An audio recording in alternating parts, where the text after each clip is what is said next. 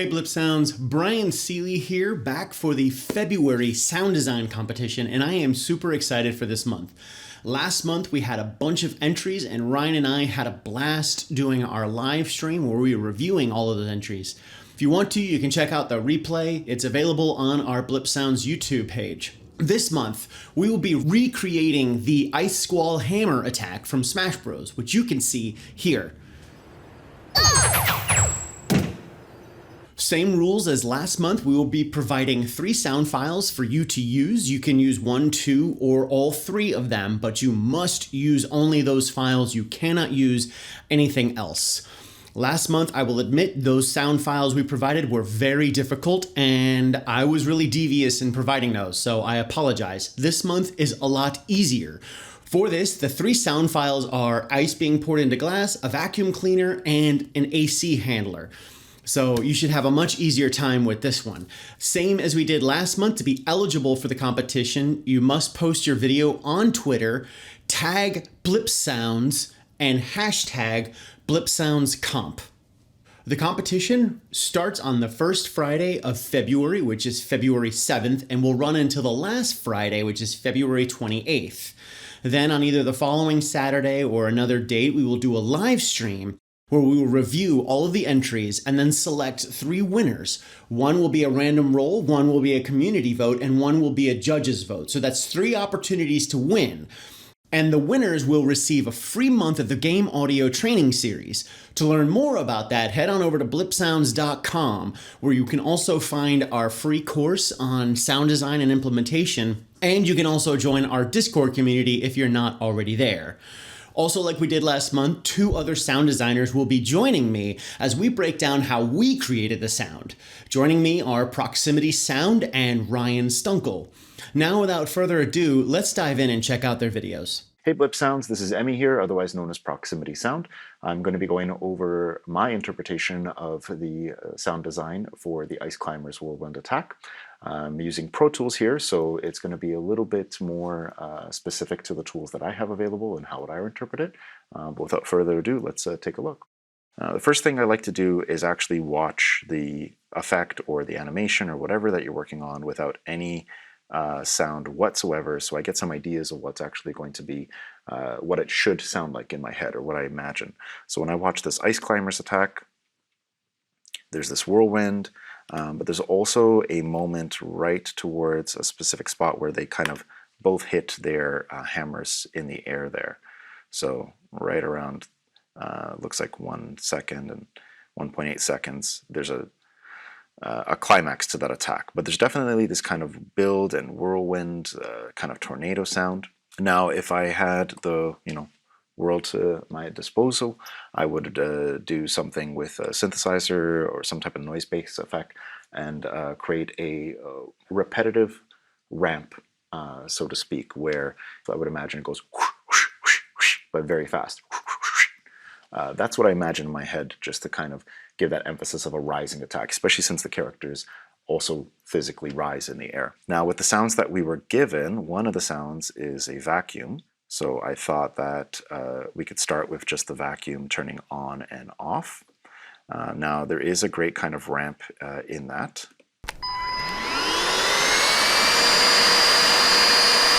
And one might imagine that you could take just that kind of build up. You can use time compression with some type of monophonic or polyphonic elastic audio to kind of squeeze it but not affect the pitch.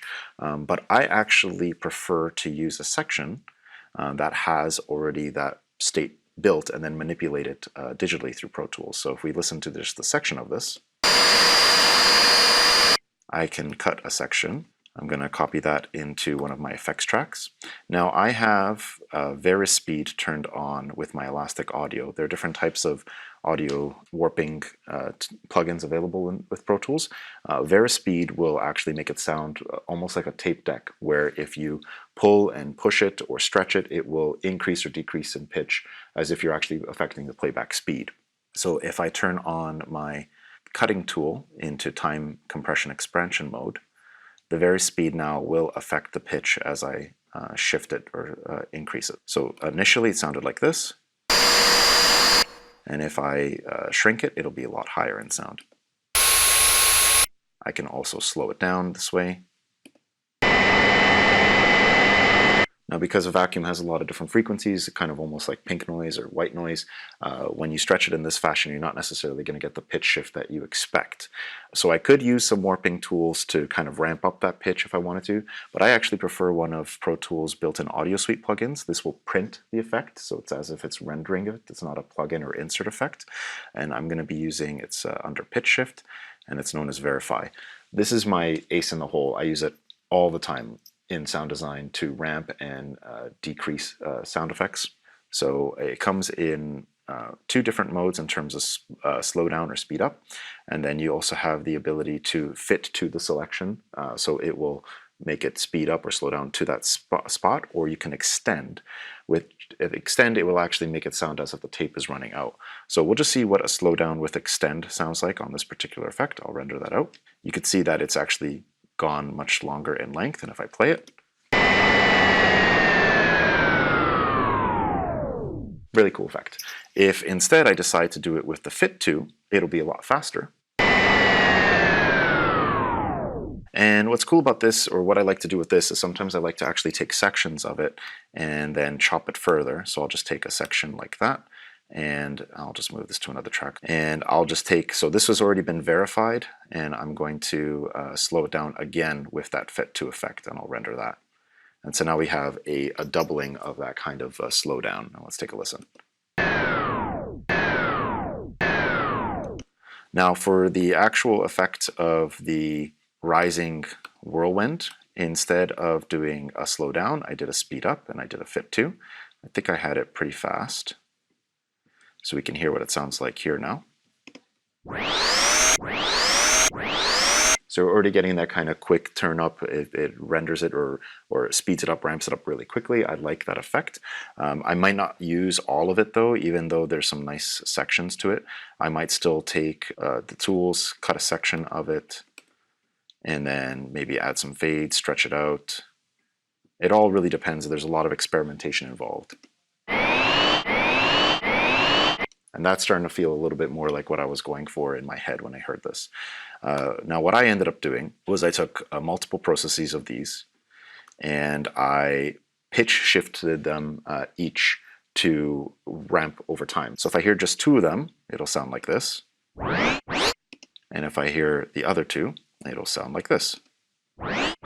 So they're all different pitches.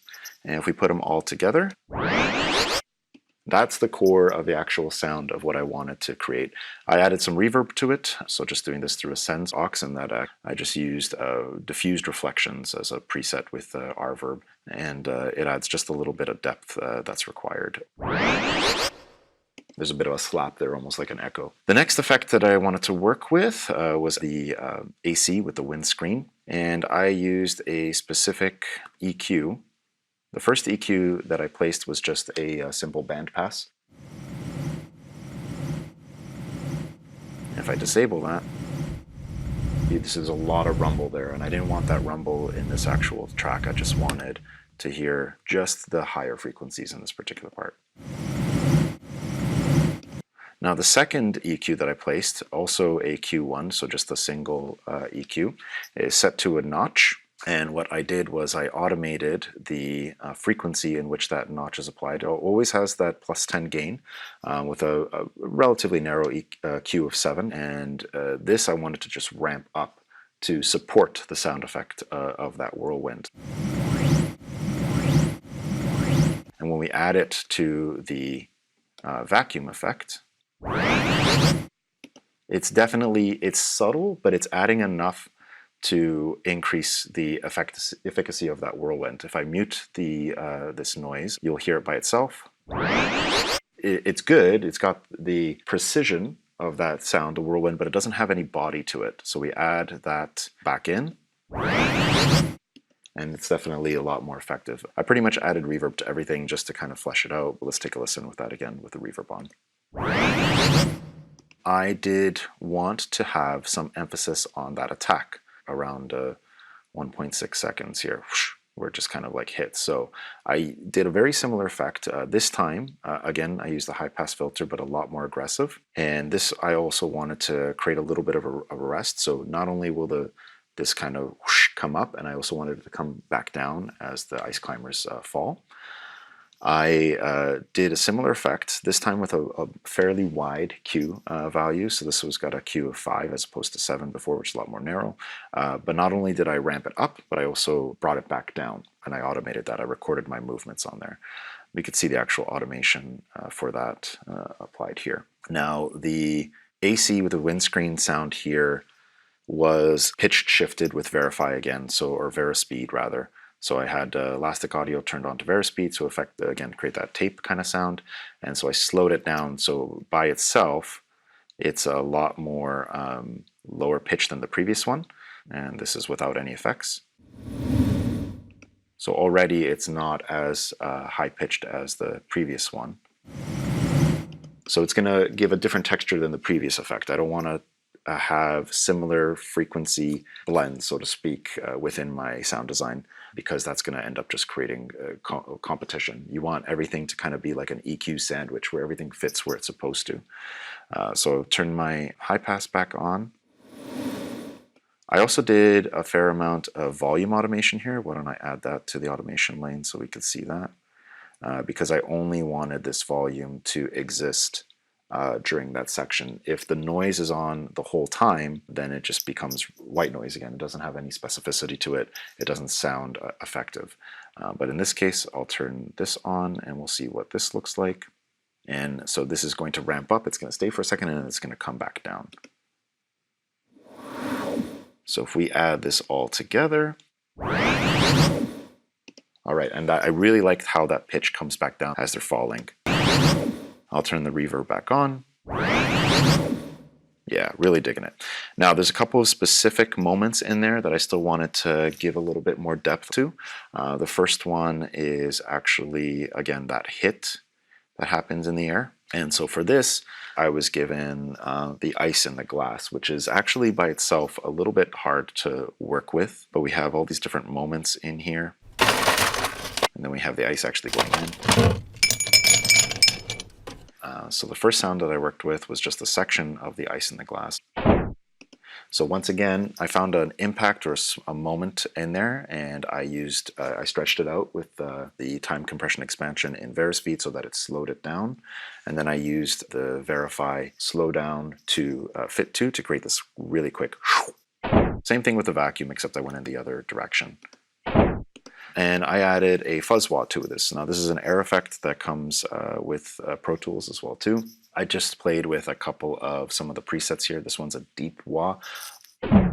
So it's very subtle again. I like subtlety. That's with off and this is with it on.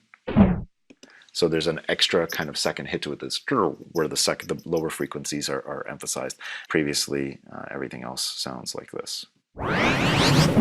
And you can kind of hear that second kind of fall or hit that happens. It's almost like a reaction to the previous hit there. Let's turn the reverb back on, and then we can hear that actual sound is a lot more effective. So with everything together. The only other element that I wanted was a little bit of impact when they fall. Just to sell the effect, I added something here and show off one more tool here. This is again is that ice in the glass. And this is, I believe, just a little bit of EQ applied to it. I also did some noise reduction on a lot of these effects before I started editing it, just to get rid of any unwanted noise. I mean, something like the vacuum, there's no real noise to it. But with the glass itself, there were just little hits, little moments, impacts in there that you can emphasize. So I did a low pass filter to get rid of some of the high frequencies, and maybe boosted some of the bottom of the EQ, and I definitely pitch shifted this, expanded this with the Verispeed to make it sound lower. So, and I like this particular sound on its own has a double impact, which with the two characters there made sense. And then what I did was I was just playing around with some of the different effects that I have available. A lot of musical effects work really well and musical plugins within the context of sound design. This is actually an Eddie Kramer drum kit, and all I did was I used the bass drum tool. I use this often in my effects experiments. Sometimes the different tones themselves between the overheads, room, toms will emphasize different attacks and frequencies. So by itself, with the Kramer off, it sounds good. But when we turn the Kramer on, and that's just because it's trying to increase the attack, increase some of the dynamics that would be present in an actual kick drum, and that's what I wanted to put there. So everything all together, and that gives all the pieces that I want to convey for this particular track. With sound design, I like the subtractive method, where I'll just throw tons of stuff on it and see what works and keep pulling away, keep removing.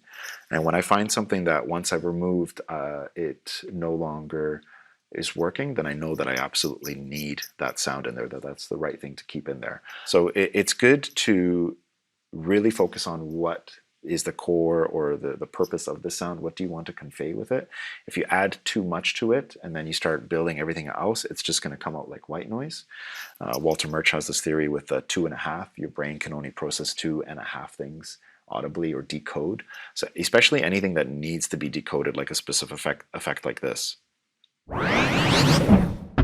it's really worthwhile to focus on what is the core of that, what is the most important thing. And there's my little effect for my Blipsounds, the ice climbers. Thanks for this opportunity. Happy cutting, happy sound designing. All right, welcome to my breakdown of the Ice Squall Hammer attack, and let's go ahead and check it out. So this is a very kind of cute attack, very much different than the Rise Realm Warp, which was a lot more abrasive, a lot more frenetic, like everything needed to move quickly. This is cute. So that's kind of the story that I was aiming for, is how do you make it sound cute? One of the tools that I focused on the most, you'll see I've used it repeatedly, is the Mobius strip from iZotope. I did use all 3 files. I used the ice, the vacuum, and the AC handler. The ice was the main part that I did, all that crinkling that you hear. And that is just 3 plugins. I have the Tal Bit Crusher, the Mobius filter, and then just some reverb on it. So now without all of these plugins, this is just what it sounds like. So it's just when I was throwing the ice into the glass. This is sped up and it's pitched up a full octave. So if we were to get rid of that pitch, this is just what it originally sounded like.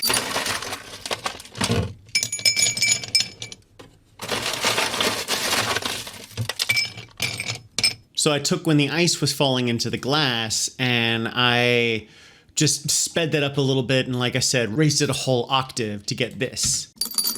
And then from there I put it through a bit crusher, which adds a whole lot of sparkle to it. And then, like I said, I used the Mobius filter. And the Mobius filter, as you can see, now they call it Faker, but it's kind of like a phaser plugin, and you can set the speed of it and the mix and whether you want the direction to move up or down. So if I were to select down, and what it does is that it focuses on kind of a frequency range, so a frequency and resonance range. So you kind of move this circle around to wherever it is you want it to be. So I have it centered around the 8K at a 65 resonance. I'm not entirely sure. I couldn't break this down. Smarter people than me could probably tell you what's going on. But that's the gist of what I'm using here. And that's creating that sweeping sound that you hear. You could do this with a phaser, or you could similarly do it with an EQ by creating a bandpass and having that bandpass sweep up. This is just adding a resonance filter to it as well.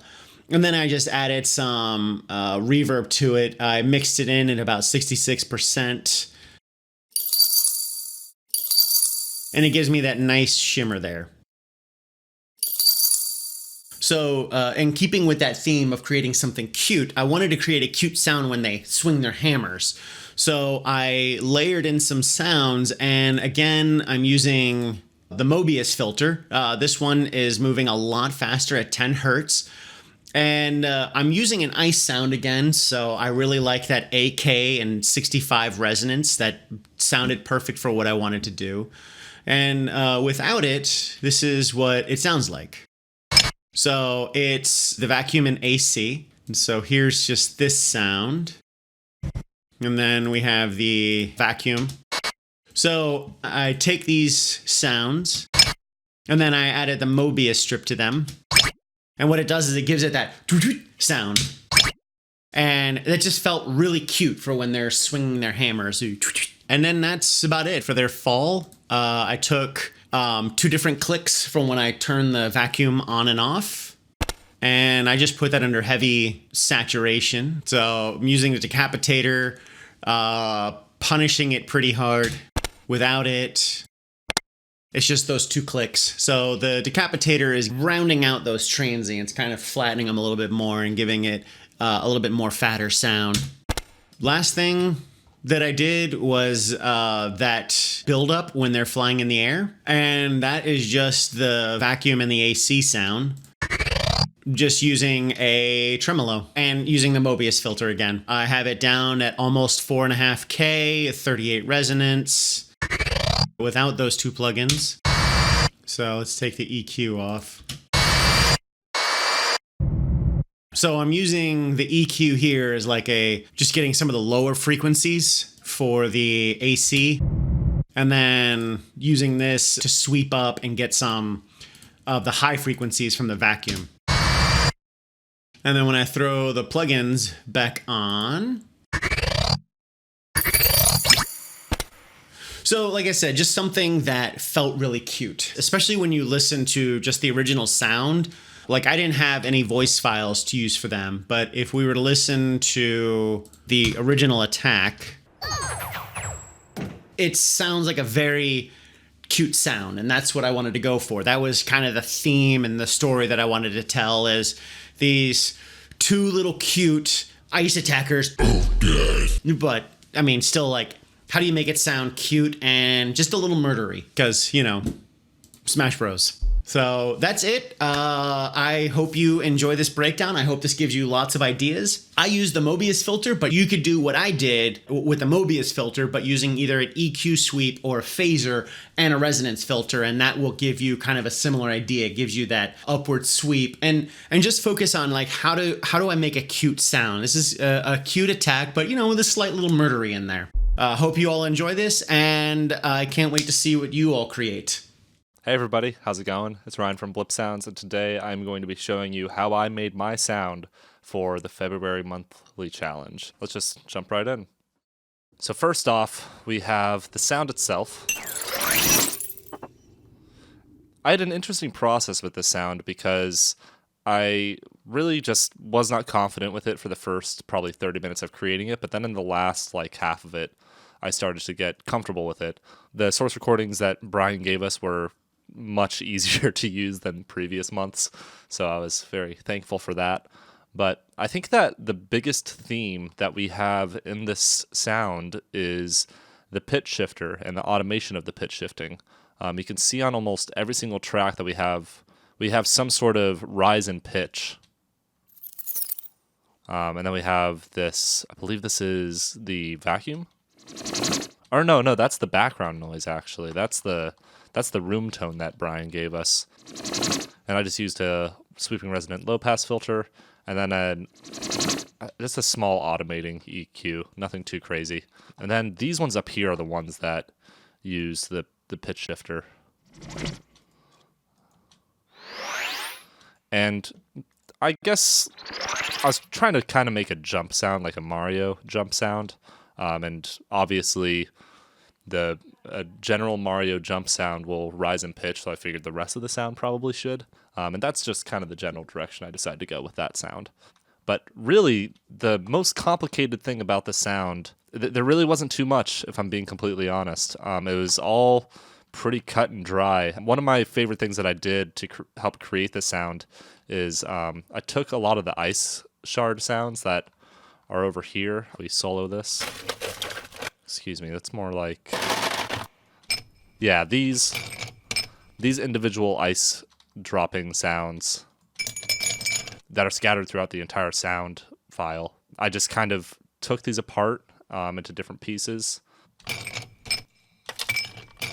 And I cut them up, and then I stitched them together like this, just to kind of create one continuous audio file.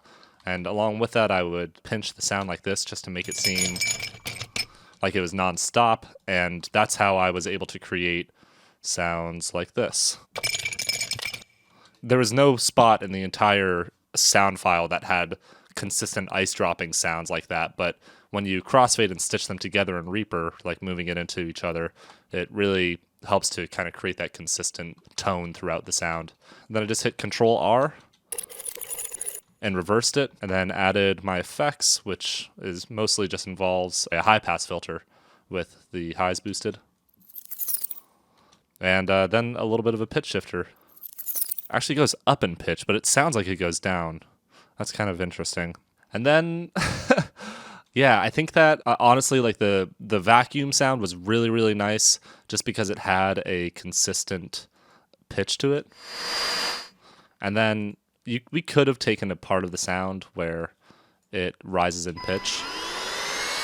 Could have used that, but regardless, having any sort of definable pitch helps a lot for a sound like this, because the ice climbers themselves are very cartoony, and I kind of like the idea of using a vacuum for this because it involves kind of vortexing air towards something, so it kind of thematically fits the ice climbers. But yeah, overall, I'm pretty happy with the sound. And one last cool thing I wanted to show off that I learned when I made this, but excuse me, if you take the room tone, I just pitched it down 5 semitones, and I don't think it'd really make much of a difference, but it's just a pretty generic room tone sound. But if you add a little bump in the EQ band around the 300, 400, 500 range, and then you automate it back and forth, you can see it going back and forth, then you can sort of create a wind ambient sound. And then I just layered that in with the other AC just because, and then I just added another low pass just to make it a little bit more subtle. Although now that I'm listening to it, I definitely prefer it without that. So, but that kind of helped break the silence of a sound, because I always like to try and avoid silence as much as possible when working with any sort of sound. Just having some sort of noise floor in the background ambience really goes a long way. And yeah, and then just adding little small details here and there, like this guy here. These little ice droplets that I just kind of placed for when they fall. And that's basically it. I really hope you all learned something from this video, and I hope you learned something from Brian and proximity sound as well. But anyways, thanks for joining everyone, and I'll catch you on the Discord server.